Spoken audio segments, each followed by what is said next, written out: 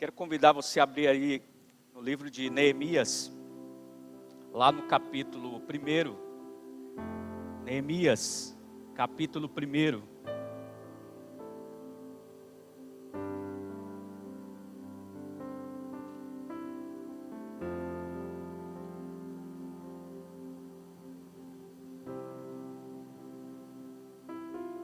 Ok, está ali o texto.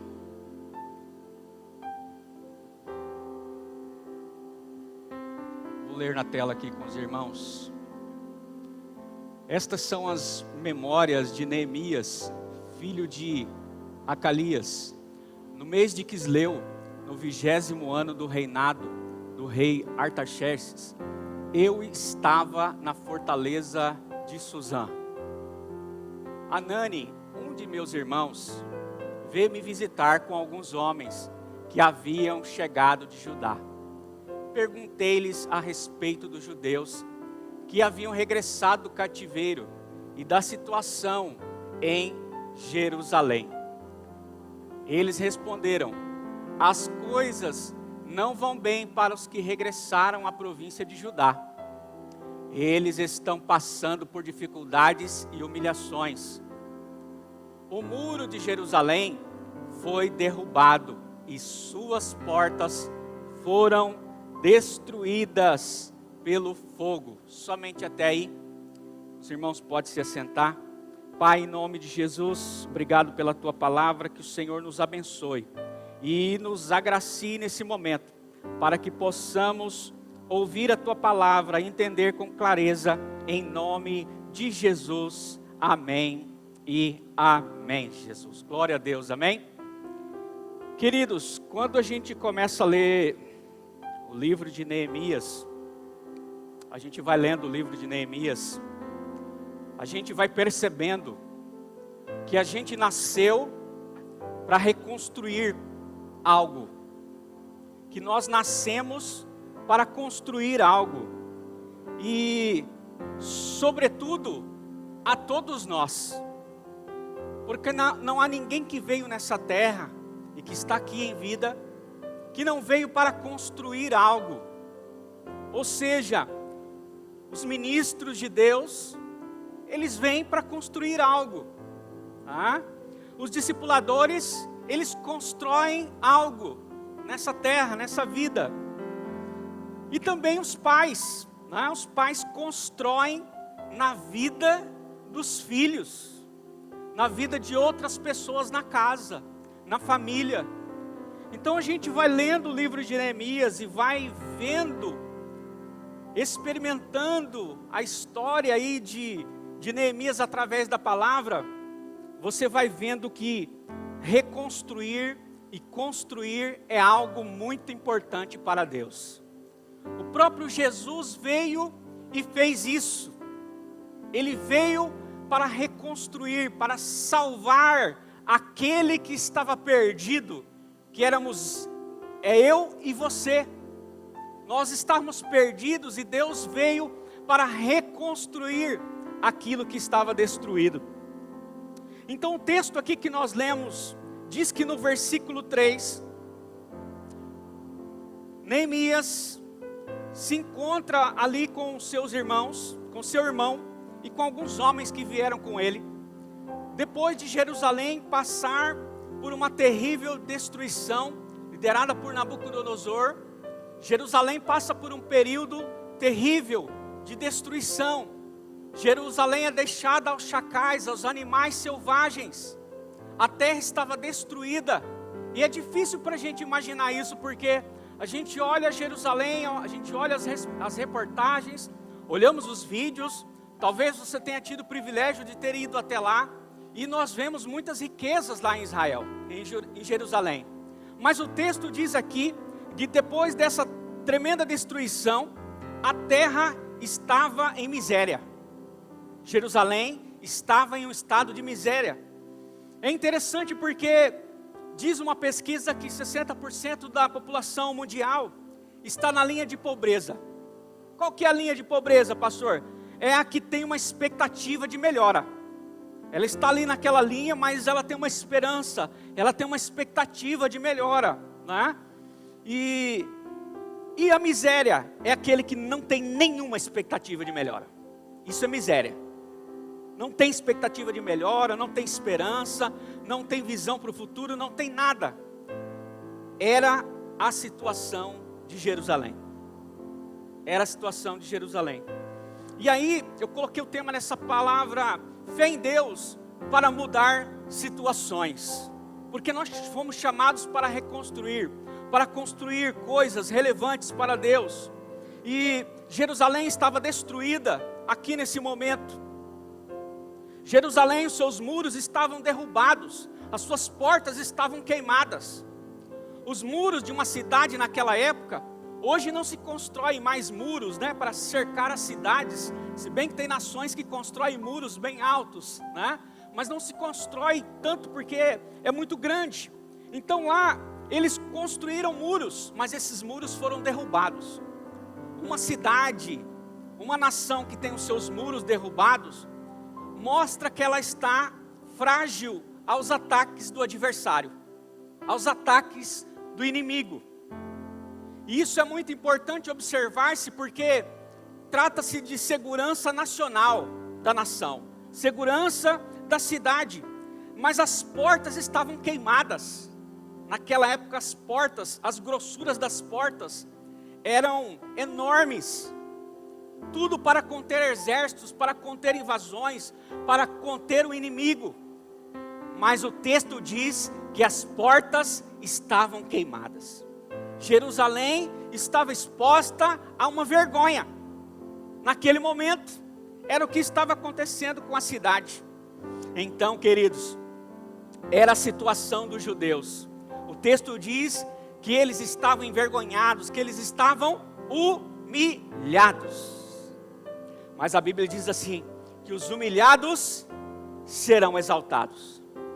Esse é um exemplo de texto onde nós vamos lendo e nós vamos vendo que Deus exalta aquele que muitas vezes passa por humilhação. Mas para isso, precisamos ter fé em Deus para mudar situações da nossa vida. E foi o que aconteceu com Neemias. Neemias era copeiro-chefe, né? Era um cargo, ele tinha um cargo de confiança do rei.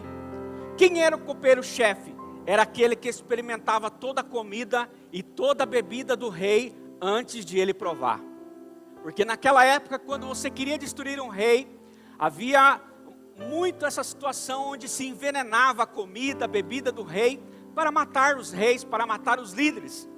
Então o copeiro-chefe deveria experimentar tudo. Então ele tinha um cargo de alta confiança. Então quando uma situação muda, a situação de Jerusalém precisava mudar. A situação da nossa nação precisa mudar. A situação das pessoas, quando a gente diz nação, a gente está falando sobre pessoas. As nações, os povos, o Brasil e as outras nações não são nada sem pessoas. Deus ama gente, amém? Jesus morreu por gente, por pessoas. E as pessoas estão espalhadas nas nações. E uma situação ela só muda primeiro quando você não se contamina com as más notícias.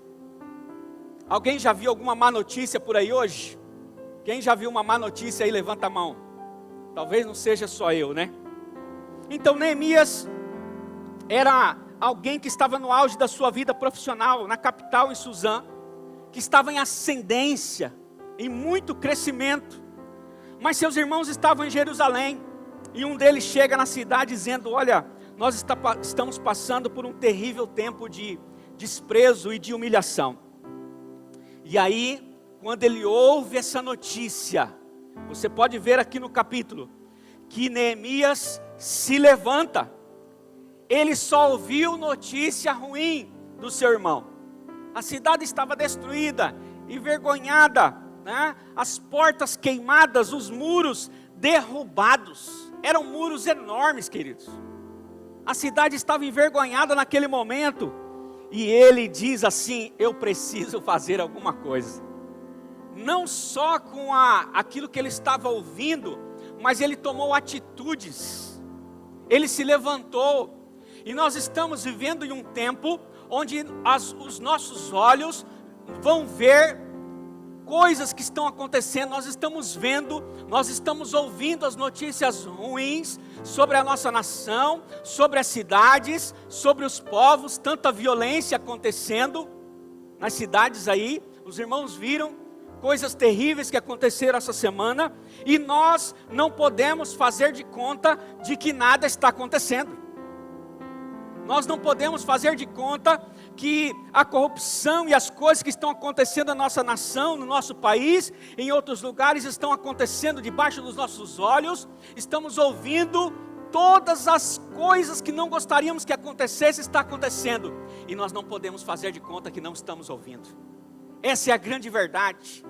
E Neemias era um homem assim, e ele ouve, ele se levanta. Então eu quero dizer algo para você, querido. Durante toda a nossa trajetória, durante a nossa vida, nós vamos ouvir palavras negativas, nós vamos ouvir notícias ruins, comentários ruins, e aí você não pode se deixar se contaminar. Muitas vezes você liga o noticiário lá, e você ouve tanta notícia, em vez de você se levantar em oração, em vez de você dizer, olha, eu vou ser alguém chamado nessa geração para ser um intercessor. Neemias era um intercessor. Quando ele via uma notícia ruim, dobrava os joelhos e entregava essa situação diante de Deus. Mas algo muito importante, real e valoroso que eu vejo na vida de Neemias, que Neemias era um homem de intercessão e de oração. E se você for observar na minha e na sua vida, e nós precisamos avaliar esta palavra que está vindo para nós, todo homem de oração é um homem de ação. É um homem que tem uma fé prática. Ele ora aqui, ele já vai avançando ali, ele já vai fazendo o que tem que ser feito. E Neemias era alguém assim. Então você vai ouvir as coisas, alguém vai dizer para você, olha, está um caos a nossa nação. E você vai dizer assim, não, mas Deus vai mudar a história do nosso país. Deus vai mudar a história da nossa cidade. Deus vai mudar a história da cidade de Sorriso. Deus vai mudar a sorte da cidade de Sinop. Ah, eu não ouvi. Olha, a economia do nosso país está descendo. Eu escuto as notícias. Mas você vai se levantar em oração. E você vai orar e vai abençoar os empresários. E você vai liberar uma palavra profética de adoração sobre a cidade, sobre os empresários, sobre as pessoas que são donos de indústrias, sobre os agricultores. Você vai se levantar como alguém que tem uma visão, uma palavra profética diferente daquilo que já tem. Palavra de morte já existe. Nós viemos para trazer palavra de vida. A palavra de Deus diz que o diabo é como um ladrão. Ele veio como para matar, para roubar e para destruir. Mas Jesus veio para dar vida, e vida em abundância. Então a morte já está aí, nós temos que pregar a vida, nós temos que ser uma voz profética, aleluia! Em segundo lugar, uma situação muda, quando você pede a Deus uma oportunidade para mudar uma situação. Então isso é muito importante, não se contaminar com as notícias e pedir uma oportunidade para mudar a situação. A palavra aqui você vai decorrendo durante os capítulos 2 e 3, que Neemias, ele ficou sabendo da notícia, do que estava acontecendo, então ele vai para a oração, ele começa a orar, ele se entristeceu muito, a ponto de chegar na presença do rei, e o rei perceber essa tristeza, essa angústia, e é interessante saber disso, porque quando você trabalha para o rei ali, na corte ali, não poderia haver tristeza. Você sabia disso? Por isso a Bíblia diz que quando o rei percebeu isso e perguntou para Neemias, Neemias deu aquela engolida assim, ó. Como quem diz assim, agora eu vou ser morto, porque eu estou triste na presença do rei. Quando você está na corte, na presença do rei, não há espaço para tristeza, tudo tem que ter alegria. Mas o rei percebeu isso e perguntou a ele, e ele falou, eu estou triste porque onde mora toda a minha família, Jerusalém foi destruída. Ele começou a discorrer a situação que a cidade se encontrava, e ali ele ora, e o rei, ele começa a orar diante disso, diante dessa situação, Ele já estava vindo orando antes, desde que ele soube da notícia. E quando o rei pergunta, e quando ele fala, começa a resposta de oração.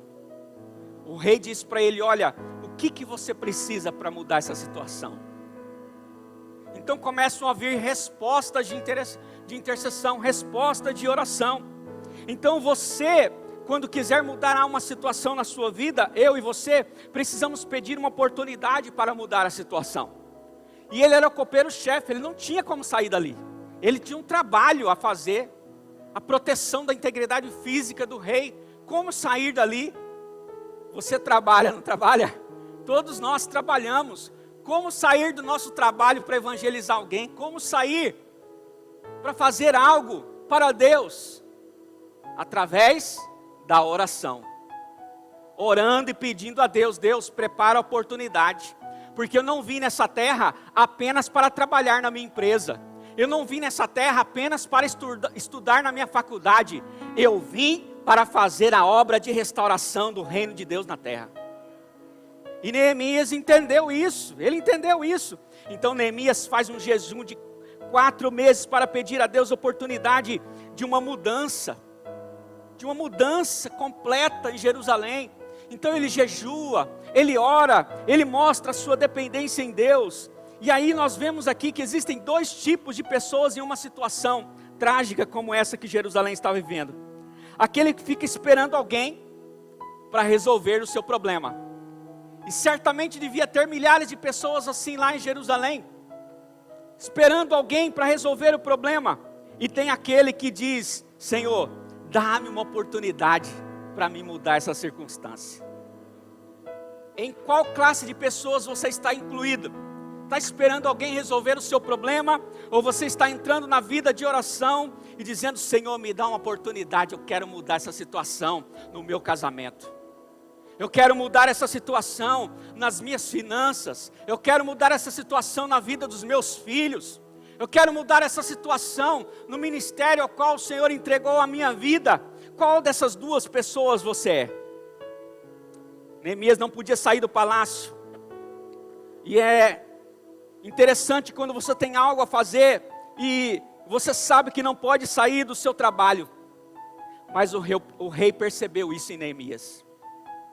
Porque era claro que Neemias era um homem de Deus. Então, nós precisamos estar atentos, queridos, à vontade de Deus. Existe uma intervenção de Deus para ser feita. E uma intervenção de Deus muda tudo. Havia uma intervenção para ser feita. Deus vai criar uma situação para favorecer a sua vida. Foi o que aconteceu na vida de Neemias. Neemias queria ajudar. Ele não queria ficar só na oração, só no jejum, mas ele é um homem de prática. Você vai ver que Neemias era um homem muito prático, um homem de Deus prático. Ele orava aqui, levantava e ia para a ação. Por quê? Porque ele sabia que Deus estava com ele. Então nós precisamos criar oportunidades diante da oração. Então ele disse: olha, para o rei me dá uma carta de autorização para ir ajudar a minha família, para ir ajudar Jerusalém. E aí ele levou tudo que era necessário, tudo.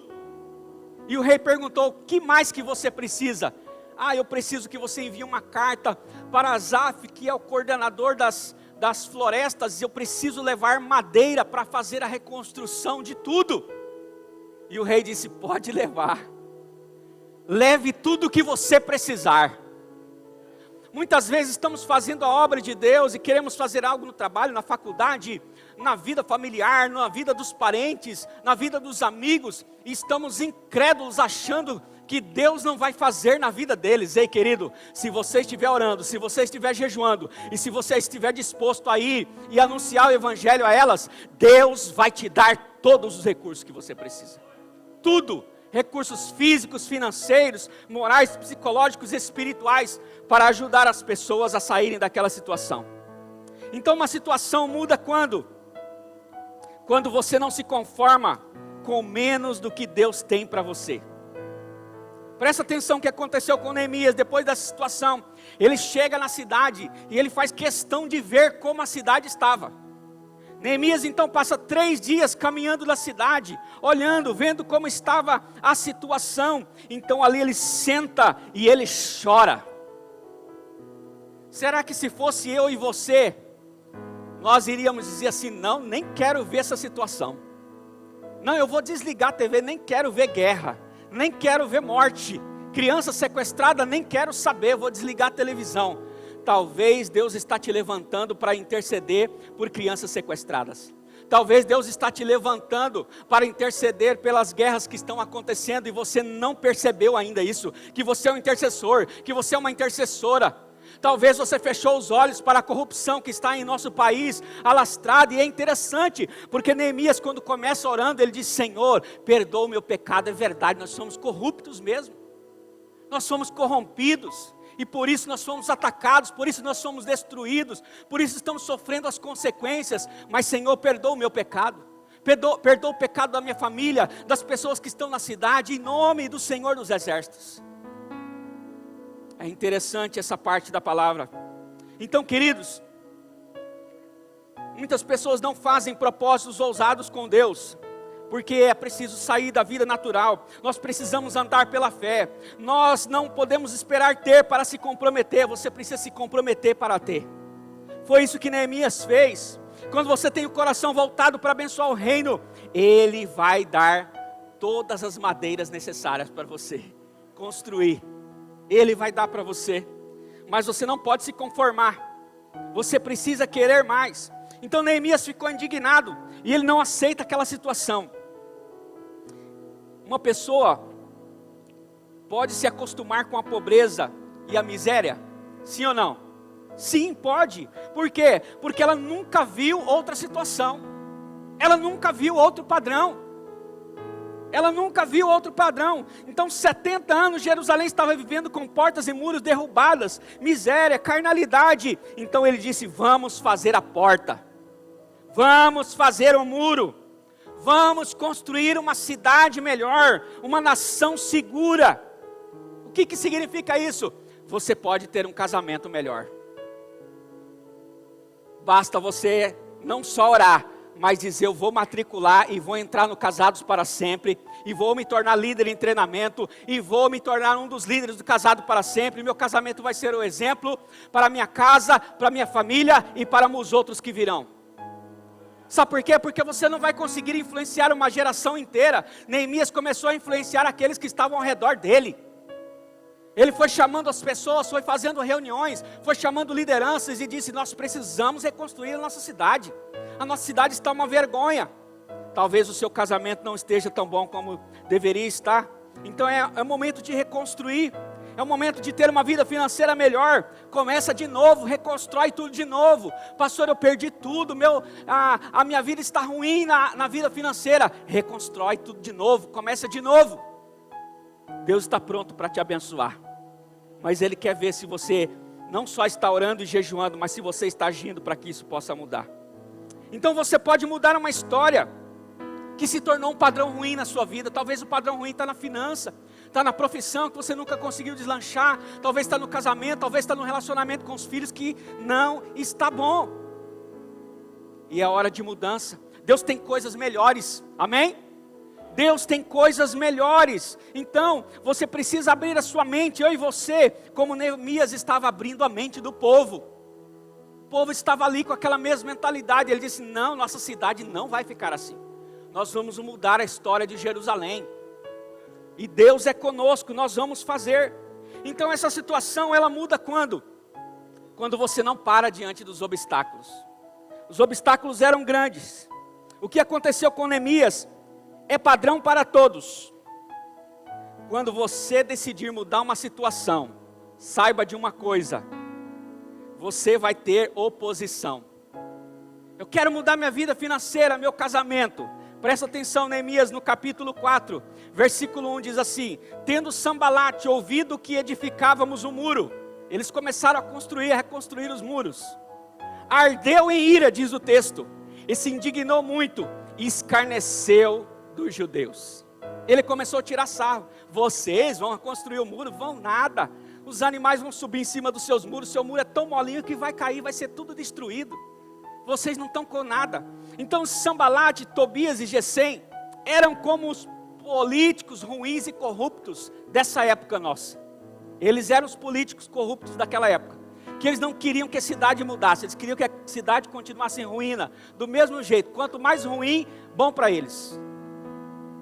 Então nós não podemos nos conformar, nós precisamos orar pela nossa cidade, orar pelas autoridades, para aqueles que vão ocupar os postos da prefeitura. Na próxima eleição, os prefeitos vão ocupar os postos da prefeitura, para que os buracos sejam tampados, para que a política pública seja bem feita, para que o recurso chegue lá na UPA, chegue lá no hospital, para que abra hospitais e para que os dinheiros não sejam desviados. Então nós precisamos orar e nós precisamos saber que vai ter oposição contra aquilo que você quer mudar.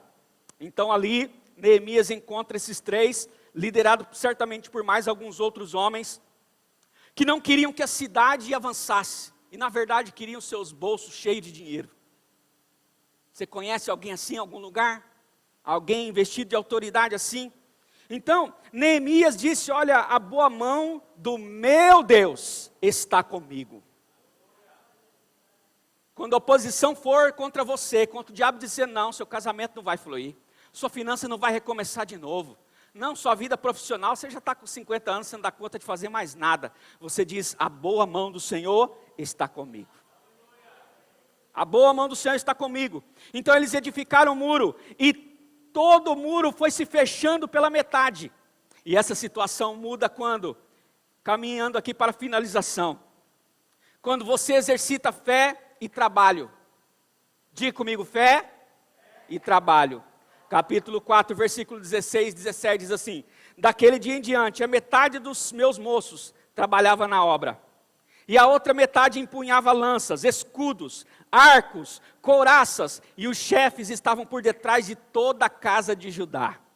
Os carregadores que por si mesmos tomavam as cargas, cada um com uma das mãos, fazia a obra e com a outra segurava a arma. Eles estavam comprometidos com o propósito, exercitando fé e o trabalho, porque os muros não foram reconstruídos a toque de caixa rapidamente, foram meses, foram dias, foram dias. Então, Neemias estava dizendo com essa atitude, olha, eu não vou parar.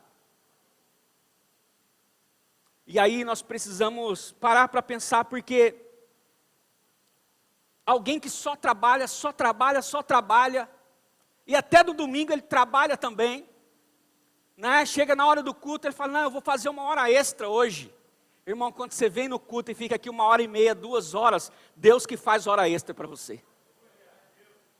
Nós não podemos negligenciar o tempo de Deus, o time de Deus. Escola bíblica vai começar domingo de manhã, nós precisamos estar em peso aqui, aleluia. Porque quem tem fé trabalha, estuda, faz o que tem que ser feito. Mas eu trabalho, todo mundo trabalha, todos nós trabalhamos. Neemias trabalhava, era homem de fé, de oração, todos aqueles que estavam juntos, mas eles estavam ali com uma mão na obra e o outro segurava a arma.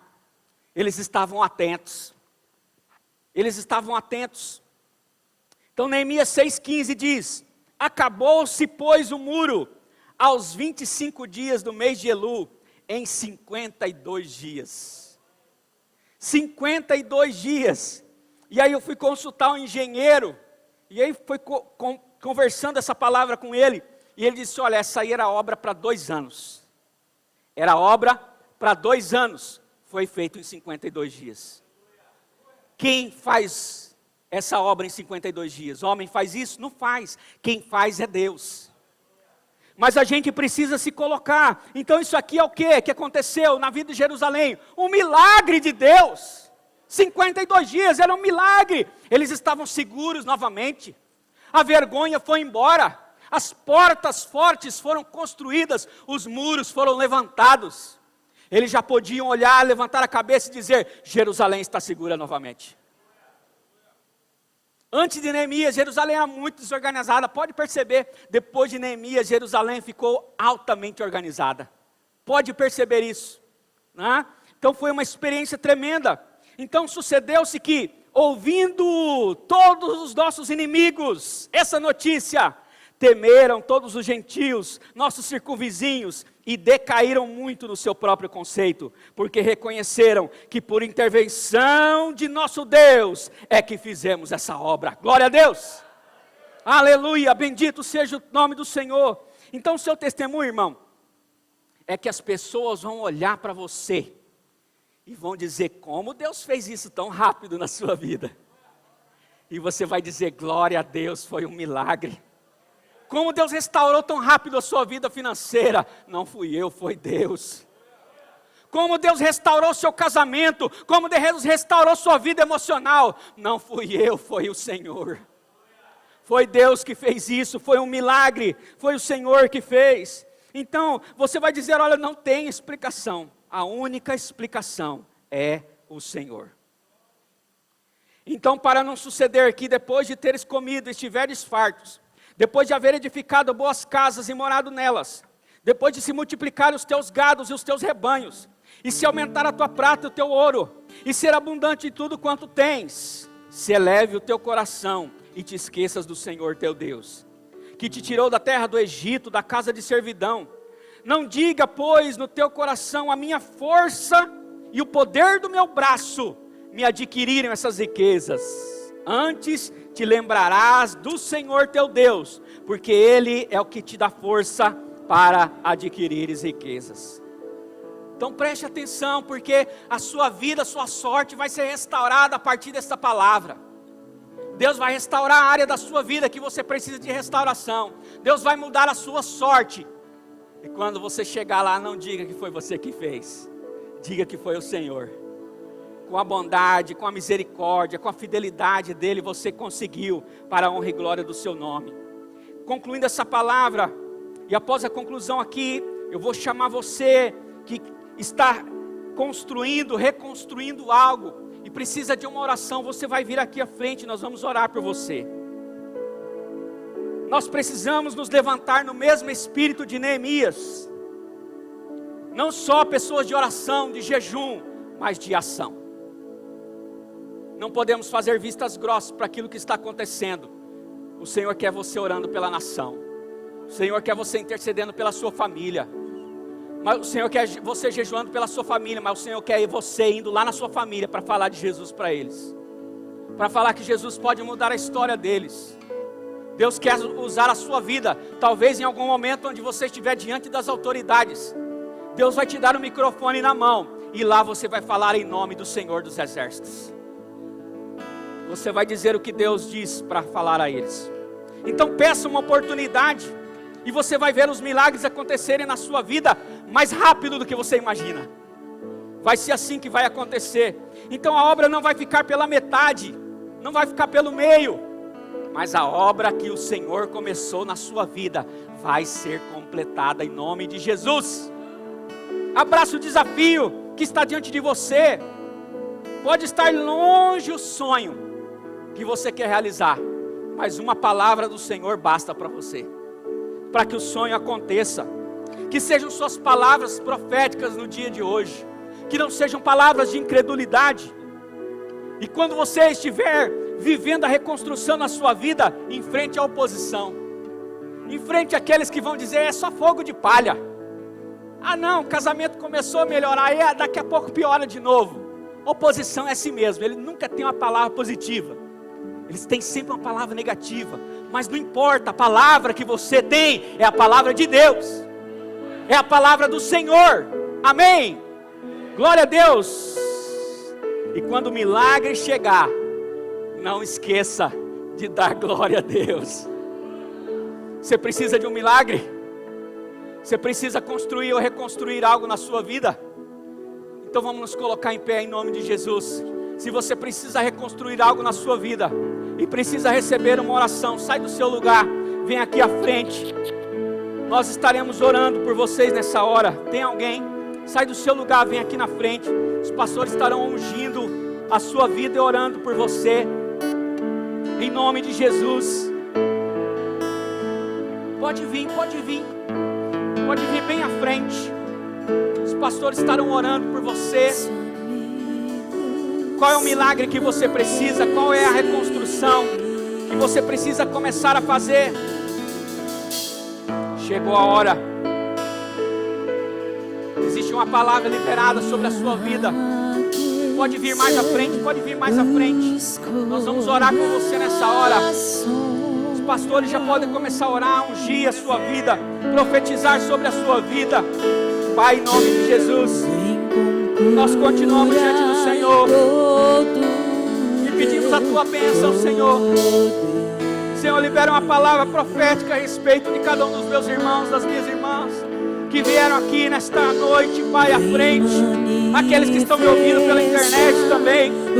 Ó Deus, que eles jamais se contaminem com notícias negativas, mas que eles possam usar essas notícias para orar, para interceder, para chorar, para saber como a nação se encontra, como as famílias se encontram, como a sua própria vida se encontra.